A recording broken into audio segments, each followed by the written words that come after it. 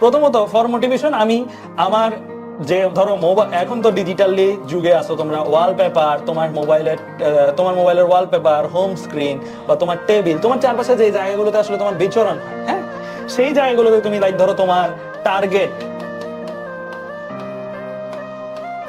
বা গোল লিখে রাখো, এন্ড নিজেকে নিজে ইন্সপায়ার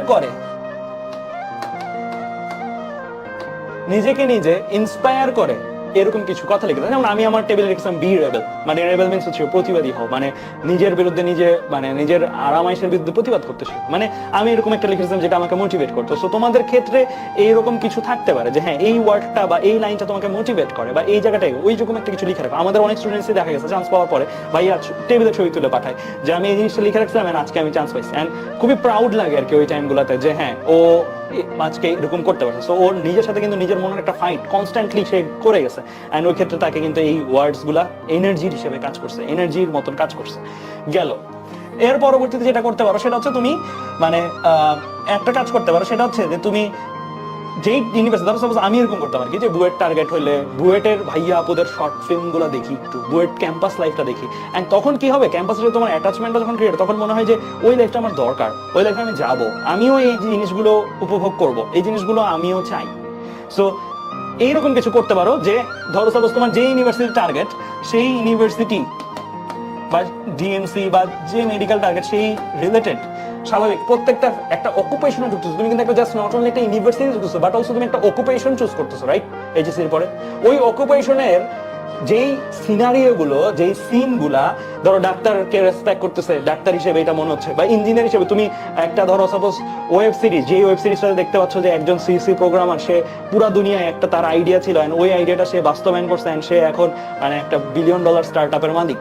সো এই টাইপের যেই জিনিসটাই তোমাকে ইন্সপায়ার করে, যেই জিনিসটাই, ওই টাইপের শর্ট ফিল্ম বা এই জিনিসগুলো ছোট মেয়াদে দেখতে পারো। আমি বলবো না যে এটা তুমি আবার তোমার পড়াশোনার টাইমের চেয়ে যেন বেশি হয়, আমি অ্যালাউ করবো। ধরো সাপোজ ইউনিভার্সিটি শর্ট ফিল্ম বা এগুলো দেখার ক্ষেত্রে আমি অ্যালাউ করবো, মানে তুমি নিজেকে নিজে ছুটি দিবা, নিজেকে নিজে রিওয়ার্ড দিবা। কিভাবে রিওয়ার্ড দিবা জানো? তুমি রিওয়ার্ড দিবা যে হ্যাঁ আজকে যদি আমি একটা, ওই যে তোমাদের যে প্ল্যানারটা দিব ওখানে টার্গেট সেট করা যায়, আজকে যদি আমি টার্গেটটা সেট করতে পারি, টার্গেটটা ফুলফিল করতে পারি, টার্গেট লাইক ধরো কত 5 ঘন্টার একটা টার্গেট, 5 আওয়ার্সের একটা টার্গেট, 5 আওয়ার্সের একটা টার্গেট ফিল করতে পারি, তাহলে আমি আমার নিজেকে ছুটি দিব 20 মিনিটের। 20 মিনিট রিওয়ার্ড। রিওয়ার্ড কি? এটা তুমি ছুটি দিছো নিজেকে, এন্ড ওই 20 মিনিট ছুটিতে তুমি কি করছো? 20 মিনিট ছুটিতে তুমি ধরো একটা এরকম ফিল্ম দেখো, তখন তোমার পড়াশোনার গতি আরো বহুগুণে বাইরে যাবে, ঠিক আছে?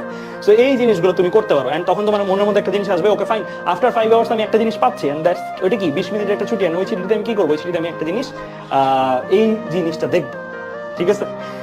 ওকে, এর পরবর্তীতে তুমি যেটা করতে পারো সেটা হচ্ছে তুমি ওই ছুটির মধ্যেই, এগুলো কিন্তু সব ছুটির টাইমের মধ্যে, ঠিক আছে?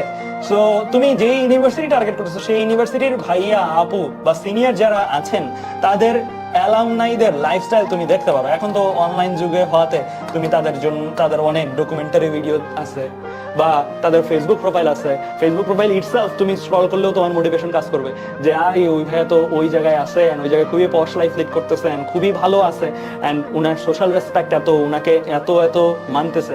সো এই যে জিনিসগুলা, এই জিনিসগুলো তুমি ফলো করতে পারো। এই জিনিসটাও আমি ফলো করতাম মাঝে মাঝে, হ্যাঁ আমি যে টার্গেটে যেতে চাই ওই টার্গেটে বর্তমানে যারা আছে বা ওই টার্গেট পাস করে যারা আছে তারা কেমন আছে বা তাদের লাইফস্টাইলটা দেখি। সো তখন তুমি